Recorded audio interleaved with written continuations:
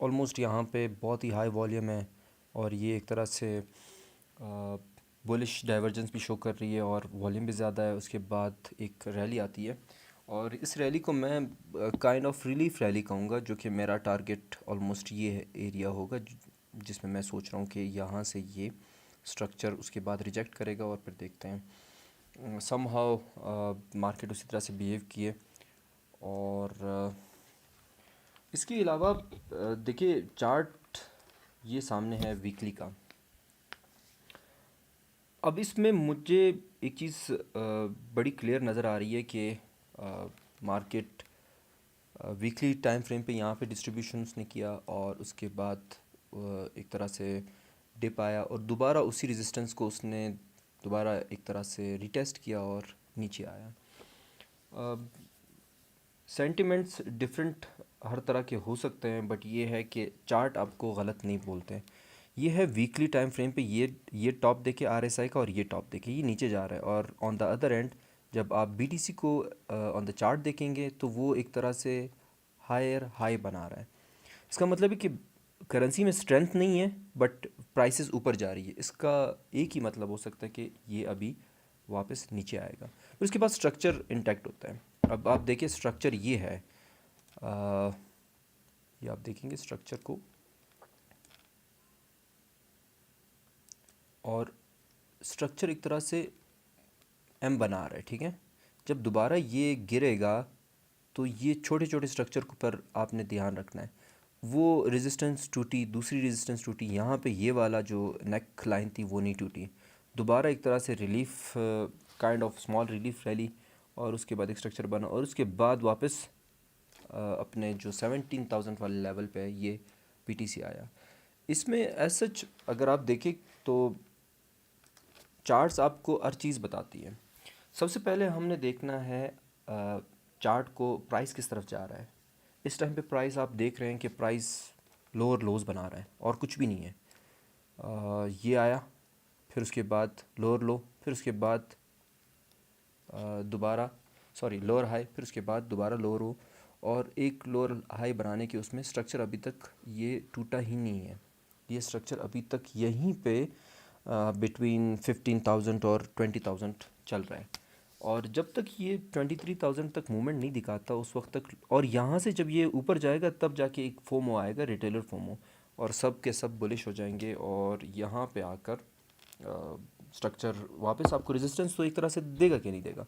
क्योंकि ये जो आरएसआई है, यहाँ पे आरएसआई देखिए और यहाँ पे देखिए, जब ये आरएसआई यहाँ पे एक तरह से और बॉट वाली रीजन में आ जाएगा तो जो कि क्या कहते हैं पुराने लोग बैठे हुए हैं ना, वो यहाँ पे बेचेंगे, ज़्यादातर सेलिंग होगी और वापस नीचे आएगा। नाउ स्ट्रक्चर को रीड करने का कुछ tips and tricks. Sabir Khan, क्या आप मुझे सुन रहे हैं?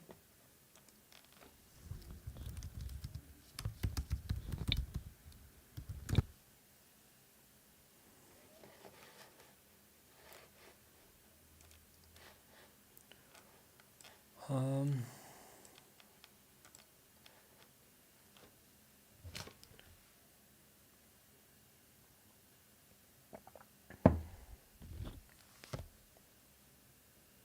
मैं ग्रुप पे भी मैसेज कर दूं?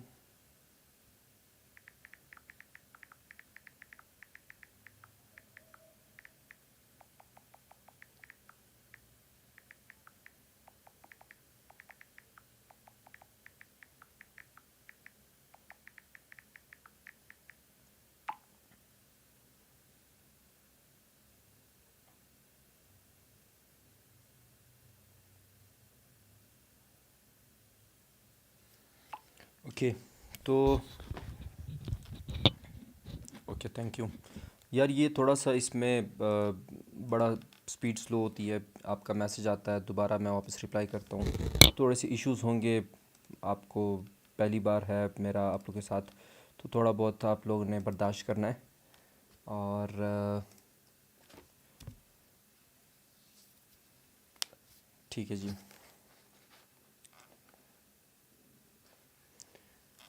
तो स्ट्रक्चर आपको सारी की सारी इन्फॉर्मेशन देता है। स्ट्रक्चर ही आपको ये बताता है कि आगे जाकर क्या होगा। प्राइस एक्शन बहुत ज़्यादा एक वैलिड सी चीज़ है। बाकी सारी चीज़ें जो हैं ये ईएमआईज़ वगैरह जितनी भी चीज़ें हैं, टूल्स हैं, ठीक है, लोग लोग यूज़ करते हैं।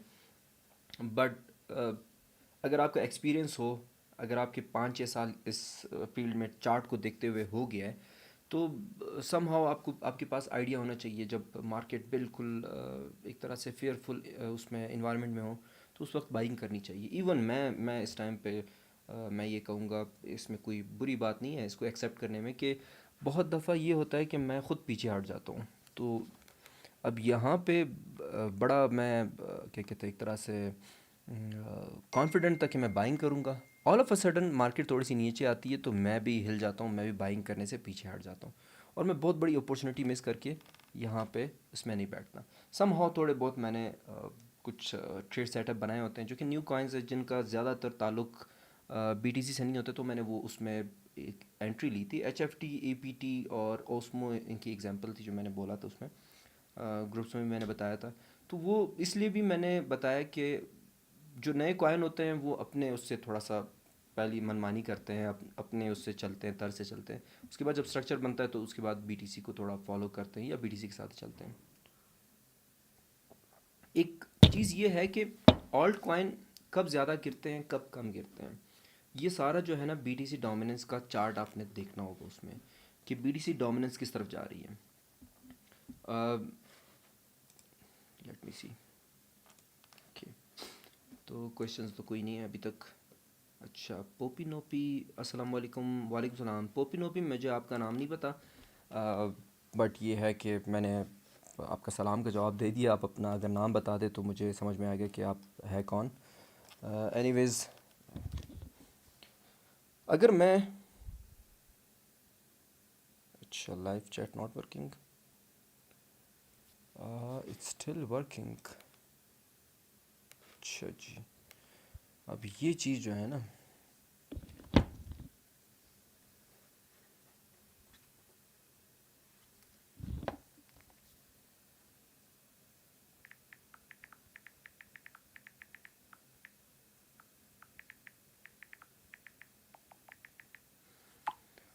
है, तो ये जो एरर आ रहा है,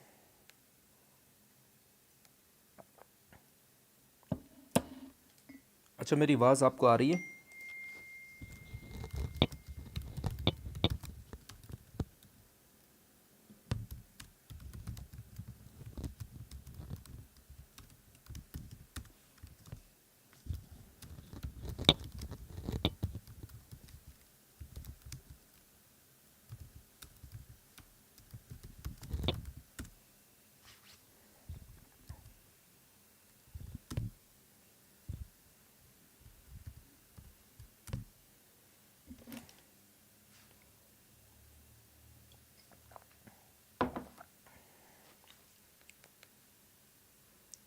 everything is perfect, but I don't know live chart का क्या, मुझे नहीं समझ में आया।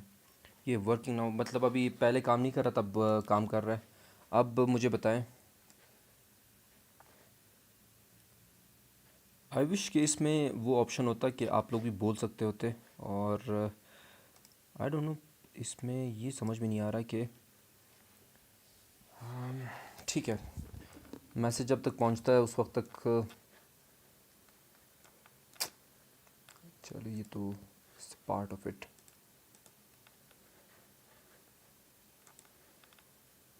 Yes, okay. तो ये चार्ट नज़र आ रहा है आप लोग को?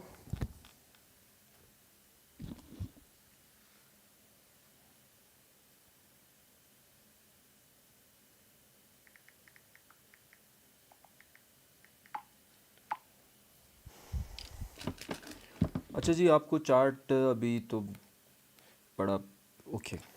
तो ये मैं बीटीसी बात करूँगा। बीटीसी सबसे पहले ऑर्डर ब्लॉक्स आपको पता होना चाहिए। ये जब एक तरह से मार्केट ऊपर गई तो ये वाला ऑर्डर ब्लॉक ऑलमोस्ट फिल हो गया। अब दूसरा ऑर्डर ब्लॉक ये वाला है जो ग्रीन कैंडल है ना, ये मुझे ऑर्डर ब्लॉक लग रहा है, जो कि मैं बार बार कह रहा हूँ 31-33 इस रेंज में ये टकरा के नीचे आएगा। एक तो होता है ऑर्डर ब्लॉक, ऑर्डर ब्लॉक के बाद आप ये डाइवर्जेंसेस देखते हैं, स्ट्रक्चर को देखते हैं और उसके बाद आप एक तरह से इस मार्केट में एंट्री लेते हैं।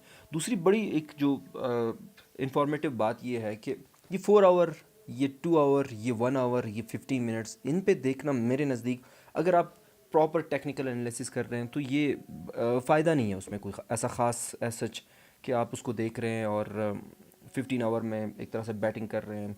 मैं उसको प्रॉपर टेक्निकल एनालिसिस भी नहीं कहता। तो बड़े टाइम फ्रेम पे एक तरह से बीटीसी प्रॉपरली उसको रूल्स को फॉलो भी करती है, और ऑन द अदर हैंड जितना लो मार्केट कैप कॉइन होगा उतना उस पर टेक्निकल एनालिसिस कम से कम अप्लाई होगा। इसी वजह से अगर आप स्टॉक मार्केट के उसमें स्टॉक्स देखते हैं स्टॉक मार्केट की, जो कि जिनका अपना जो एक तरह से मार्केट कैप होती है वो बहुत बड़ी होती है, तो उसमें टेक्निकल एनालिसिस बहुत अच्छी तरह से फिट होते हैं।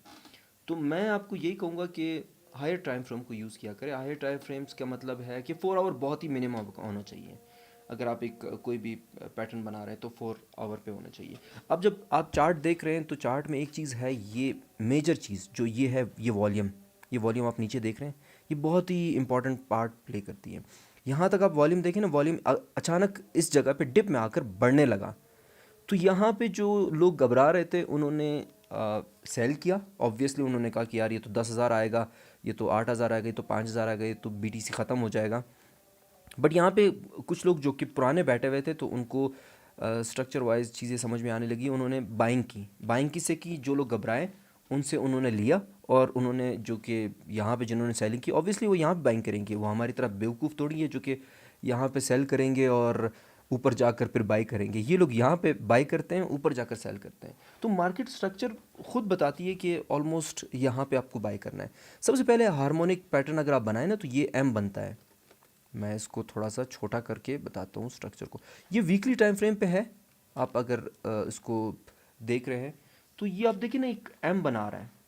अब एम बनाने के बाद ऑब्वियसली थोड़ा सा ये एकमुलेशन करेगा, मैनिपुलेशन भी इसमें होगी, और उसके बाद ये ऊपर जाएगा।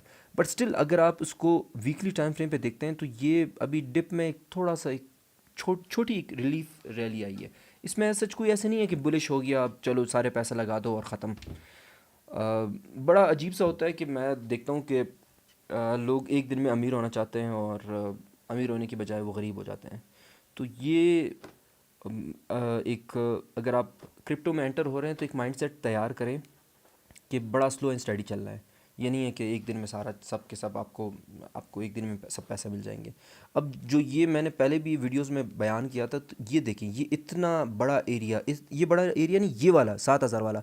अब आप देखिए 7,000 से नीचे थोड़ा 5,000 पे आता है, फिर उसके बाद 12,000 पे जाता है, फिर उसके बाद 3,000 पे आता है, सॉरी 4-5,000 पे आता है, उसके बाद एकदम टूवर्ड्स 60,000। तो ये जो लोग हैं जो यहाँ पे जिन्होंने अपने आप को एक तरह से उन्होंने पेशेंस दिखाई, उन्होंने सब्र किया, तो उनको ही ये तोहफ़ा मिला जो कि ये वाला है। और आप अगर देखें तो ये टाइम बड़ा है और ये टाइम छोटा है, मतलब आपने बहुत ज़्यादा वेट करना है और कम ही टाइम में आपको अच्छा रिवॉर्ड मिलेगा। तो बताने का मकसद ये है कि patience is the key here. एक चीज़ आप जहन में लगा लो। उसके बाद अगर हम चार्ट की तरफ आते हैं, चार्ट रीड करना चाहते हैं, ये हमारे सामने बीटीसी का चार्ट है। इसमें मुझसे आप पूछें कि इसमें आपको क्या समझ में नहीं आ रहा, क्या चीज़ इंपॉर्टेंट है, मतलब आप क्या पूछना चाह रहे हैं, क्या चीज़ आपको समझ में नहीं आ रही है, तो आप कमेंट बॉक्स में ज़रूर पूछें अभी।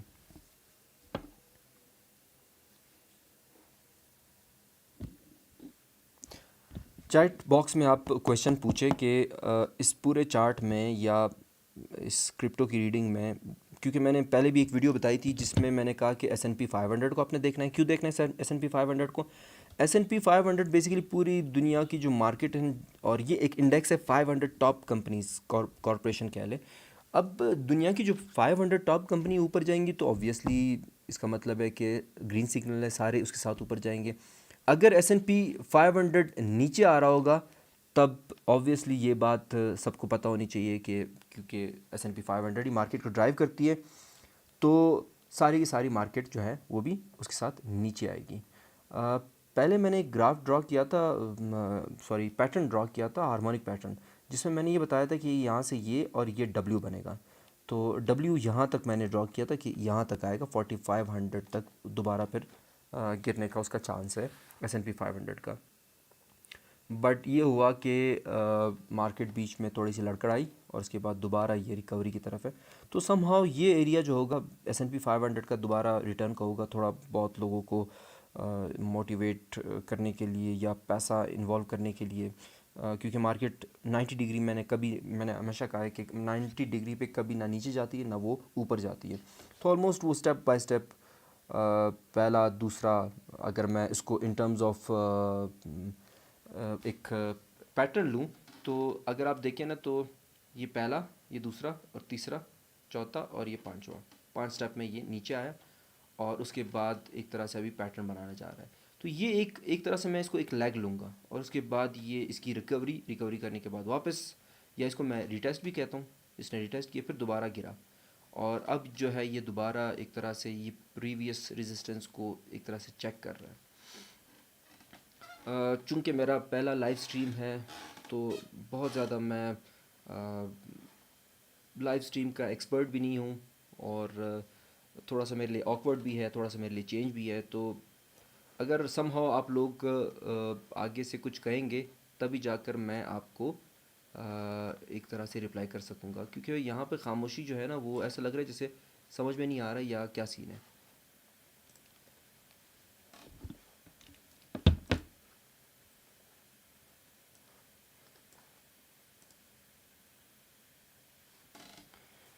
अच्छा जी, अच्छा जी।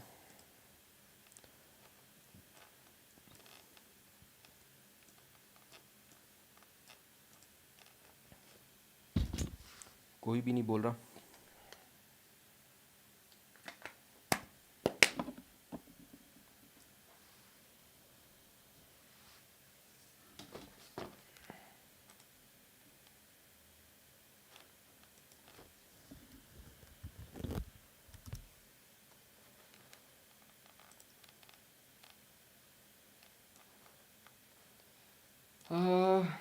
USD डोमिनेंस का ही बताता हूँ बाद में, अगर आप वीडियो भी देखें तो मैं इसको ऐसा ऐसा ऐसा बनाता हूँ कि चले, अगर आप लोग पूछ भी नहीं रहे हैं तो मैं वीडियो बनाता हूँ। अच्छा, ये पुराना चार्ट है जहाँ पे मैंने कहा था कि एक तरह से ये बेयरिश डाइवर्जेंस बना रही है और ये हायर हाइज बना रही है, और मैंने आई गेस मैंने वीडियो बनाई थी इस पर। तो मैंने कहा कि ये जो है ना यहाँ से, यार इसको मैं मिटा दूँ, ये यहाँ से गिरेगी और इसका नेक लाइन ये वाली है। उसके बाद यहाँ तक जब पहुँचेगी तो 33 BTC 3300 भी 33,000 भी आ जाएगा और उसके बाद ये वापस ऊपर जाने की करेंगे। और ये USDT डोमिनेंस है क्या? USDT डोमिनेंस मतलब मार्केट में US डॉलर जो थेटर है उसकी मिकदार ज़्यादा हो रही है या कम हो रही है। जब US डॉलर ज़्यादा हो रहा होता है मार्केट में, तो इसका मतलब है लोग या तो BTC सेल करेंगे या तो बाकी आल्ट कॉइन सेल कर रहे होंगे।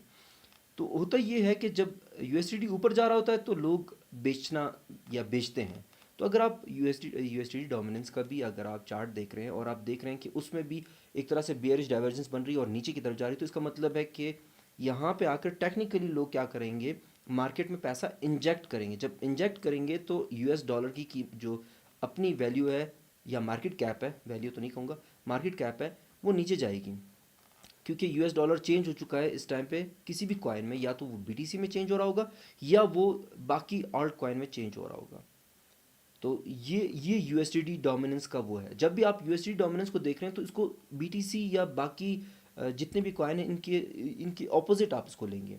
ये नहीं है कि USDT डोमिनेंस भी ऊपर जा रही होगी और मार्केट भी ऊपर जा रही होगी। USDT डोमिनेंस अगर ऊपर जा रही है तो मार्केट ऑब्वियसली नीचे आती है, क्योंकि मार्केट में आपका जो BTC है लोग सेल कर रहे हैं। जब लोग BTC को सेल करेंगे तो BTC नीचे की तरफ जा रहा होगा। जब लोग ऑल्ट कॉइन को सेल करेंगे तो ऑब्वियस सी बात है कि ऑल्ट कॉइन सेल करने के बाद वो किस चीज़ में चेंज करेंगे, वो USDT में चेंज करेंगे, तो USDT की मिकदार ज़्यादा हो रही होगी और वाइस वर्सा।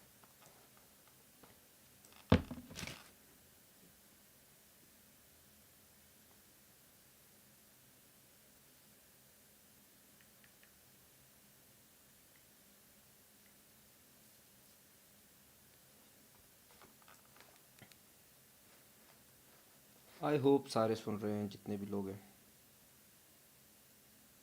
I guess.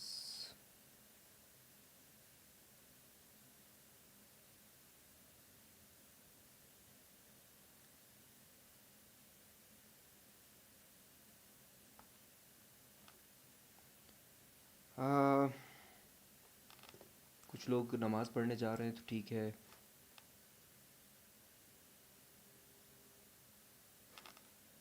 ठीक है, मैं 5 मिनट का ब्रेक लेता हूँ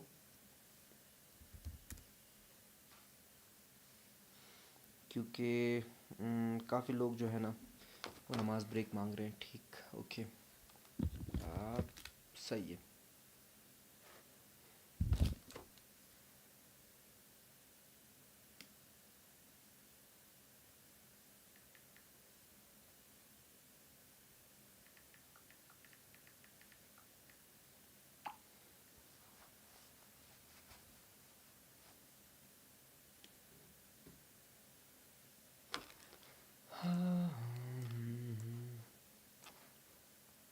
कुछ और ग्राफ भी खोलते हैं।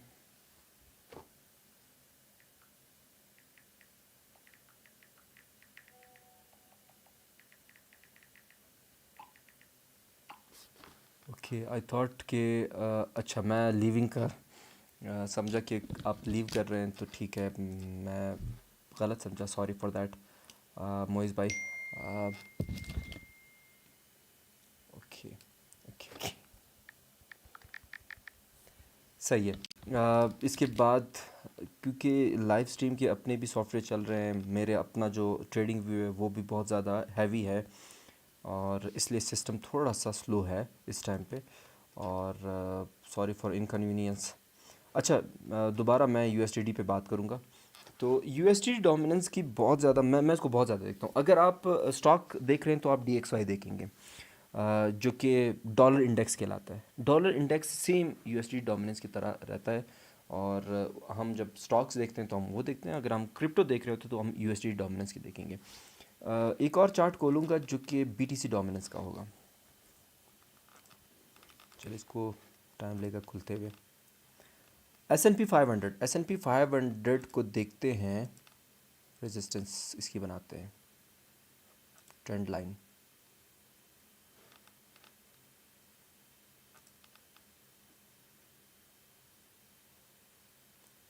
एक, दो और तीन। अच्छा, एक चीज़ पे आप ज़रा गौर करें,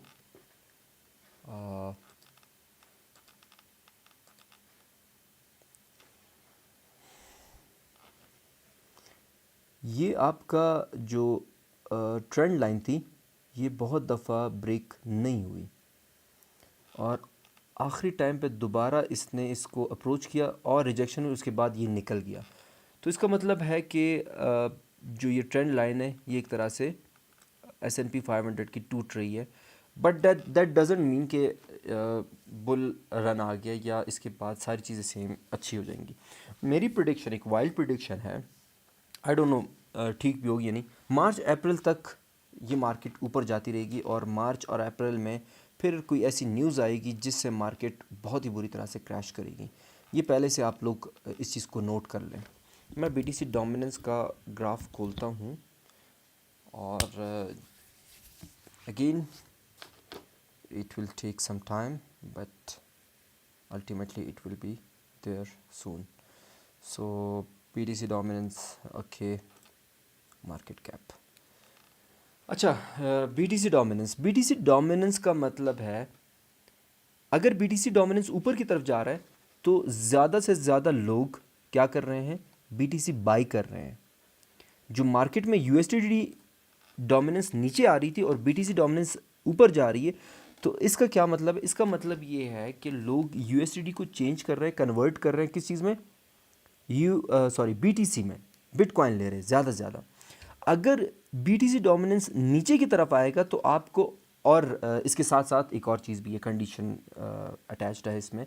USDT डोमिनेंस अगर नीचे आ रही है और BTC डोमिनेंस भी नीचे आ रही है, तो इसका मतलब है कि ऑल्ट कॉइन सारे इंसेनली पंप करेंगे। ये मैं आपको पहले से बता दूं, फिर नोट करें। अगर USDT डोमिनेंस भी नीचे जा रही है और BTC डोमिनेंस भी नीचे जा रही है, तो इसका मतलब है सारा का सारा जो हमारी USDT है वो कन्वर्ट हो रहे हैं ऑल्ट कॉइन में। लोग ज़्यादा से ज़्यादा ऑल्ट कॉइन में वो कर रहे हैं, एक तरह से इन्वेस्ट कर रहे हैं। तो क्या होगा कि BTC डोमिनेंस भी नीचे आ रहा होगा, USDT डोमिनेंस भी नीचे आ रहा होगा। USDT डोमिनेंस जो नीचे आ रहा है वो USDT कहाँ पे यूज़ हो रहा है, वो सारा का सारा ऑल्ट कॉइन में यूज़ हो रहा है। अगर आप 3 वीक पहले देख रहे हैं तो कुछ ऑल्ट कॉइन में अच्छा खासा इंसेन पंप आया था, वो ये रीजन थी, इस एरिया में आया था। तो इस टाइम पे हम देखेंगे कि सिचुएशन क्या चल रही है, कि यूएसडीटी डोमिनेंस किस तरफ जा रही है, बीटीसी डोमिनेंस किस तरफ जा रहा है। तो बीटीसी डोमिनेंस बीटीसी को फिर हम क्या करेंगे, एनालाइज करेंगे कि बीटीसी किस तरफ जा सकता है। द सेम वे S&P 500 जो है ना, वो भी वो भी एक तरह से इम्पैक्ट करता है आपका बीटीसी पे। ओके माइक, मार्च अप्रैल में जो बाइडेन प्रेसिडेंट नहीं रहेगा इसलिए सब क्रैश करेगा। Very good. I don't know, ये मुझे इन न्यूज़ का इतना वो नहीं है। मैं सम हाउ मतलब सिर्फ ये बता सकता हूँ कि चार्ट्स ये कहते हैं, और न्यूज़ उसके बाद एक तरह से डेवलप होती है। चार्ट पहले आपको चीज़ें बता रहा होता है। हाँ, तो बीटीसी पे बात करते हैं। बीटीसी इस टाइम पे ज़बरदस्त 23,600 पे आ गया है, और आपका ये वाला रेजिस्टेंस रेंज जो है ना, इसको आज ये तोड़े तो ज़्यादा बेहतर है, क्योंकि ये वीकेंड है।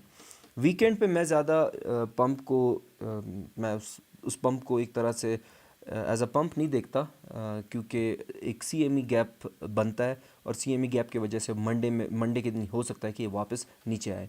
बट इसके लिए मैंने ये देखना होगा कि S&P 500 किस तरफ जा रहा है। S&P 500 ऊपर जा रहा है। और दूसरी बात, S&P 500 खुद भी रेजिस्टेंस पे एक तरह से मौजूद है। ये पिछला रेजिस्टेंस ये वाला है इसका, तो ये दोबारा इस रेजिस्टेंस पे आ रहा है। तो एक्सपेक्ट ये रखे कि ये दोबारा ऐसे आएगा, ठीक है। और जब ये ऐसे आएगा तो ऑब्वियस सी बात है, बीटीसी भी नीचे आएगा, और उसके बाद बीटीसी वापस पंप करेगा। अब बीटीसी कितना नीचे आ सकता है, जो कमिंग डेज में बीटीसी कितना नीचे जा सकता है, ये देखते हैं। तो ग्राफ को खोलते हैं डेली टाइम फ्रेम पे।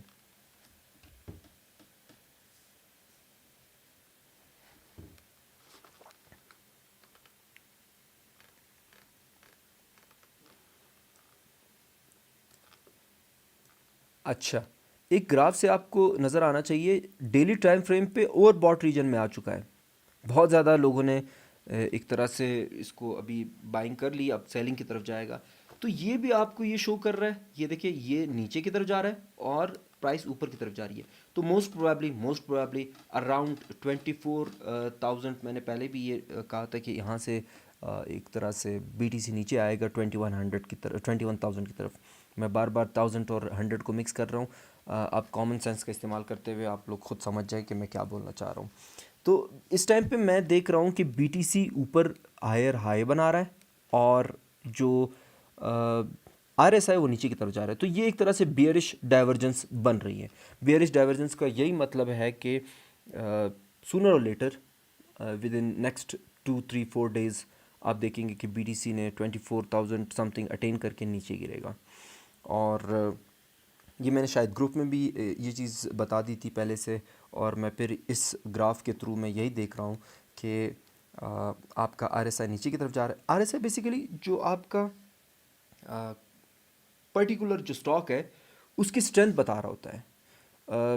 प्राइस ऊपर जा रही है बट स्ट्रेंथ नीचे जा रही है। इसका क्या मतलब है कि जो कॉइन है वो स्ट्रेंथ लूज़ कर रहा है, और जब स्ट्रेंथ लूज़ करेगा तो ऑब्वियसली सेलिंग होगी, और सेलिंग के बाद ये वाला रीजन जो है ना, ये block on daily time frame, ये डेली टाइम फ्रेम पे 21,000 इंशाल्लाह आपको कमिंग वीक में नज़र आएगा, और ये एक बाइंग अपॉर्चुनिटी होगी for the very short time, जो कि मैं रेंज बता चुका हूँ 33,000 को जब वो अटेन करेगा। तो सम हाउ मैं मार्केट को अगर मैं ड्रॉ भी करूँ, तो कोई मैसेज देखता हूँ, नहीं मैसेज कोई नहीं आया। अच्छा, अगर मैं मार्केट को ड्रॉ करता हूँ कि मार्केट किस तरह से रिएक्ट करेगी, हाँ प्रोबेबली ज़रूरी नहीं है कि हम जो कहें और वो हो। प्रोबेबली ये लेग दोबारा बनने का चांस है। और ये चीज़ मैं इसलिए भी कह रहा हूँ कि मुझे यूएसडी डोमिनेंस भी इस तरह की नज़र आ रही है। यूएसडी डोमिनेंस बेसिकली आपकी सपोर्ट पे है। सब सपोर्ट, ये वाली सपोर्ट, ये जो ऑर्डर ब्लॉक इसने ये कर लिया। तो यूएसडी डोमिनेंस भी आप देखेंगे कि इसमें भी एक तरह से ये आपको नज़र आएगा, और दोबारा ये चीज़ आपको लगेगी कि यहाँ पे 33K हम देखेंगे कि 33K का मैंने एक क्या कहते हैं, एक नंबर मैंने बताया है। ज़रूरी नहीं 33K हो, ये 30K भी हो सकता है, ये 31 भी हो सकता है, 32 भी हो सकता है, 35 भी हो सकता है, बट 33 मैं एक मिड लेवल, एक मिड रेंज बता रहा हूँ।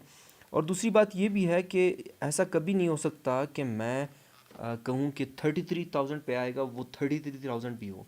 जब लास्ट 7th 8th मंथ पहले जब मैं एक तरह से एनालिसिस कर रहा था, तो मैं 17 के बार बार कह रहा था 17 के एक हमारा बाइंग रेंज होगी। बट हुआ ये कि 17 के से वो गया 15,500 तक भी गया। नाउ जिन लोगों ने 17 के को देखते हुए परफेक्टली वो ये कहते हैं कि 17 के से ऊपर जाएगा और मेरी बात ही ठीक होगी, तो इसमें ये होगा कि फिर तो सारा का सारा मार्केट इंसाइडर मैं ही हुआ, और सारी की सारी चीज़ें मैं तो हो सकता है कि with in a months billionaire trillionaire बन जाऊं। होता ये है कि स्टॉक्स समहाउ थोड़ा बहुत वो करते हैं, नीचे या ऊपर से उठ जाते हैं, क्योंकि इसमें ये ऐसा नहीं कि प्रोग्राम्ड है, ये यहाँ पे पूरी दुनिया के लोग इन्वॉल्व हैं। उन जिन लोगों ने 17 के को अपने जहन में रखा था, वो ये हुआ कि थोड़ा सा और नीचे जाएगा, और नीचे जाने के बाद होगा ये कि एक मार्केट में फर्ड वाली सिचुएशन की, फियर अनसर्टेनिटी और डाउट वाली सिचुएशन होगी, और उस वक्त लोग क्या करेंगे, बाइंग नहीं करेंगे, और जो कि ऑब्वियसली जो कि पुराने लोग हैं वो उस टाइम पे बाइंग करेंगे, और वही लोग कैश करेंगे। अब जिन्होंने यहाँ पे बाइंग की इस रीजन में, जब ये मार्केट लड़खड़ा रही थी, तो उन्होंने ही यहाँ पे जाकर फ़ायदा किया, उन्होंने ही यहाँ पे जाकर फ़ायदा लेना है, उन्होंने यहाँ पे जाकर प्रॉफिट लेना है, जिन्होंने यहाँ पे इन्वेस्टमेंट की, जिन्होंने मार्केट को एक फियरफुल मार्केट में, एक मार्केट की वर्स कंडीशन में एक तरह से अपने नर्व्स को होल्ड रखा, और अपने ट्रेड सेटअप पे कॉन्फिडेंट रहे, तो उन्होंने ही इस टाइम पे काफ़ी कमाया भी होगा। मेरे और आपके जैसे लोग जो कि बीच में डर गए, जो यहाँ पे मैं भी उसमें था, मैं क्यों उसमें झूठ बोलूँ कि मैंने बहुत ही अच्छी बाइंग की, या तो मैं ये बोलूँ कि यार ज़बरदस्त सारी चीज़ें मैंने यहाँ पे सारा का सारा ऑल इन कर दिया। ऑल इन किया होता तो अब मैं डबल कर चुका होता। बट ये है कि होता ये है, उस नीचे की टाइम पे जब ये मार्केट नीचे होती है, आप फेयरफुल होते हो और आप ज़्यादा बाइंग नहीं करते हो। नए कॉइन्स में मैंने बाइंग की थी, और पुराने कॉइन्स मैंने नहीं बाई किए थे। अब जाके शायद वो पुराने कॉइन सारे, जो आरडा है या एक्सआरपी है, जो मेन कॉइन है बीएनबी है, इवन बीएनबी पे तो मैंने कहा था कि नहीं, और अभी स्टिल मैं उस बात पे हूँ कि बीएनबी मुझे समहाउ नज़र आ रहा है कि BNB on the bigger time frame एक तरह से वो मुझे बियरिश लग रहा है, बीएनबी ने नीचे जाना है, ये मैं आपको पहले से एक तरह से प्रिडिक्ट कर दूँ। इवन ईटीएच का मुझे लग रहा है कि ईटीएच भी मार्केट स्ट्रक्चर उसकी ऐसी लग रही है कि वो नीचे जाएगा। हाँ,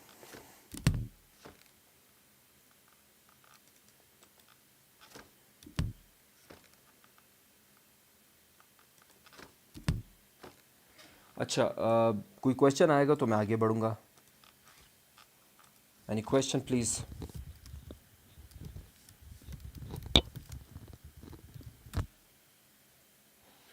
इसीलिए मैंने पहले कहा था कि आप अपने क्वेश्चंस लिखें, और जब मार्केट हम लाइव सेशन लेंगे तो आपको आसानी होगी।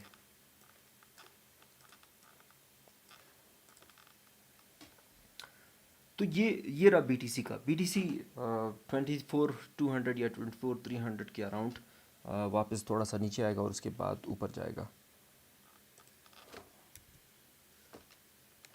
इसको मैं डिलीट कर दूं। अच्छा, डेली टाइम फ्रेम के बाद मैं उसको वापस वीकली टाइम फ्रेम पे ले जाता हूँ, ताकि मुझे प्रॉपरली मैक्रो लेवल पे चीज़ें अंदाज़ा हो कि मार्केट इस तरफ जा रही है। और डेली टाइम फ्रेम पे मैंने आपको बता दिया कि बेयरिश डाइवर्जेंस बन रही है, और अ, एक तरह से मार्केट वो करेगी। अब यहाँ पे दूसरी देखें तो हिडन बुलिश डाइवर्जेंस बनेगी, अगर ये मार्केट यहाँ पे जो मैंने आपको बताया ना कि डेली टाइम फ्रेम पे नीचे जाएगी, अगर ये डेली टाइम फ्रेम पे नीचे जाती है तो यहाँ पे ये क्या बन जाएगा, एक तरह से बुलिश, हिडन बुलिश डाइवर्जेंस बन जाएगी, और थोड़ा सा मार्केट आने के बाद फिर दोबारा मार्केट एक रैली बनाएगी टूवर्ड्स, फिर कहूँगा 30-33 वाली रेंज में। तो ये जो ऑर्डर ब्लॉक है, ये पहले इसने क्या किया, टच किया, तो इसका मतलब है कि इस ऑर्डर ब्लॉक को एक तरह से इसने अटेन किया। दोबारा जब ये इस ऑर्डर ब्लॉक की तरफ जाएगा, शायद ये रेजिस्टेंस इसको ये ऑर्डर ब्लॉक रेजिस्टेंस दे, क्योंकि ये बेरिश ऑर्डर ब्लॉक है। बेरिश ऑर्डर ब्लॉक मैंने आपको वीडियोस, पुरानी वीडियोस जो आप अगर देखेंगे तो उसमें मैंने बताया था कि bearish bearish order block basically आपका रेजिस्टेंस एरिया होता है, और बुलिश ऑर्डर ब्लॉक आपका जो एक तरह से बाइंग अपॉर्चुनिटी होती है। अब ये जो 17 के है, ये बार बार जो मैं 17 के वो कर रहा था, तो ये वाला ऑर्डर ब्लॉक था जो कि फिल हो चुका है, ये देखें यहाँ तक। और इसकी क्लोजिंग जो ये सारे वीकली क्लोजिंग आप देखें ना कि इस ऑर्डर ब्लॉक से ऊपर ऊपर हुई हैं। ये जो आप शेडो देख रहे हैं ये, या ये विक्स देख रहे हैं, ये बड़े टाइम फ्रेम पे मैं इसको, छोटी विक्स है, मैं इसको मार्केट का वो कहूँगा कि मार्केट की मैनिपुलेशन है। और इसके बाद आपने देखा कि मार्केट किस तरह से ऊपर गई। तो ये वाला ऑर्डर ब्लॉक अटेंड। अच्छा, इसके बाद अगर मार्केट वापस रिवर्सल करेगी इस जगह से, फिर मैं बताऊंगा। तो इस दफ़ा क्योंकि ये ऑर्डर ब्लॉक फिल हो चुका है, ये ऑर्डर ब्लॉक अटेन हो चुका है, कौन सा, ये वाला 17K का, ठीक है, ये वाला ऑर्डर ब्लॉक सारा अटेन हो चुका है, फिल हो चुका है। तो मार्केट क्या करेगा जब दोबारा आएगा, तो ये आप ये ना ख्याल ना करें कि इस जगह पे फिर ये दोबारा ऐसे ऊपर जाएगा। ये क्या करेगा, ये सीधा नीचे की तरफ जाएगा टूवर्ड्स ये वाला ऑर्डर ब्लॉक जो कि 10,800 पे है, जो ये वाला है, ठीक है, ये वाला ऑर्डर ब्लॉक फिल होगा।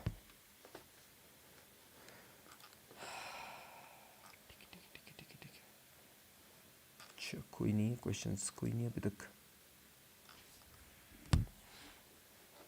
तो ये एक हायर टाइम फ्रेम पे बीटीसी की सूरत हाल है।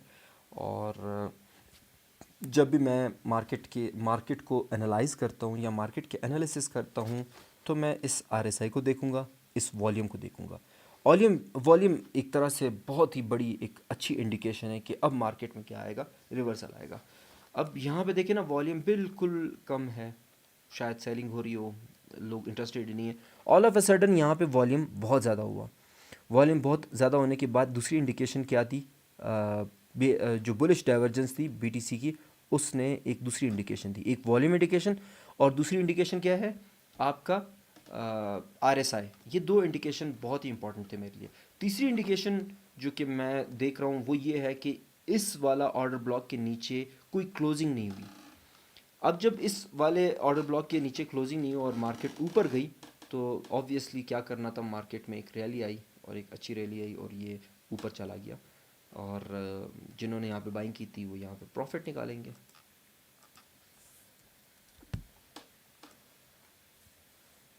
हाँ, अच्छा, मैं इस टाइम पे वेट कर रहा हूँ, आपका कोई क्वेश्चन होगा तो मैं उसका रिप्लाई करूँगा, क्योंकि अच्छा फिर ये कोई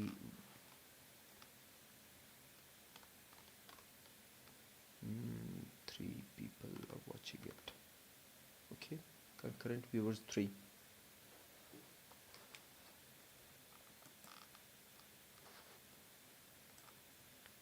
दूसरा ये है कि बीटीसी डोमिनेंस जो ये शो कर रही है, एक चीज़ और मैं आपको बता दूं कि इस दफ़ा बीटीसी नीचे से उठेगा तो थोड़ा बहुत शायद ये, क्योंकि बार बार ये नीचे आ रहा है, तो एक और इस तरफ नीचे आएगा। ऑल्ट कॉइन्स में भी आप रैली देखेंगे जब ये नीचे आएगा। बट होगा ये कि दोबारा जब ये क्रैश करेगा, तो ये वाली आरएसआई भी क्या करेगी, ये इस तरह से बुलिश डाइवर्जेंस बनाएगी, और मार्केट क्या होगी फिर, सबसे पहले बीटीसी में रैली आती है। तो आप देखेंगे कि एक और डिप ऑब्वियस है, क्योंकि सारी चीज़ें ये ज़ाहिर कर रही है कि एक डिप और आना है टूवर्ड्स 10,000, जो कि मेरी एक्सपेक्टेशन है अराउंड मार्च अप्रैल, फिर मैं कहूँगा।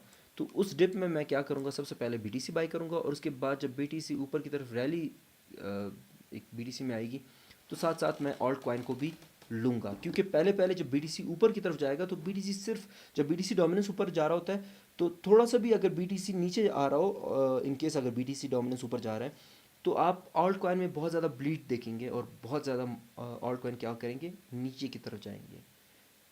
तो इन चीज़ का ख्याल करना, ये बीटीसी डोमिनेंस का पहले मैंने बताया, बीटीसी डोमिनेंस का मतलब है कि सारा का सारा यूएसडीडी जो है ना, वो बीटीसी में जा रहा है। ऑलमोस्ट आप देख रहे हैं कि बीटीसी में ज़्यादा यूएसडीडी इंजेक्ट हो रहा है, ऑल्ट कॉइन में इतना नहीं हो रहा है।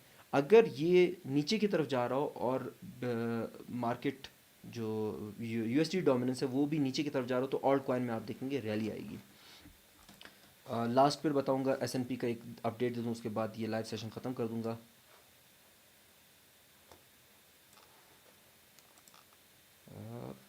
ठीक है जी।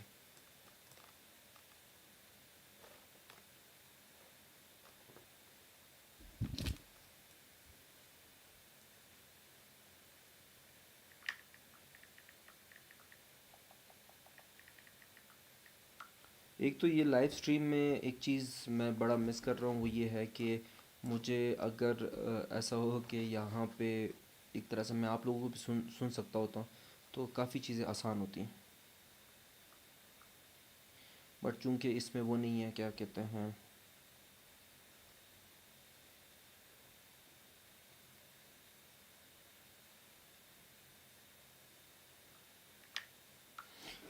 अच्छा जी, लाइक्स 4 और 2 बंदे ही देख रहे हैं। ओके। अच्छा, एक आखिरी फिर एक दफ़ा फिर मैं बता दूं कि मार्केट स्ट्रक्चर ये है। एस&पी 500 को मैं एज अ होल मार्केट को अगर देखूंगा तो वो क्या कर रहा है, रेजिस्टेंस को उसने एक तरह से ब्रेकआउट कर दिया।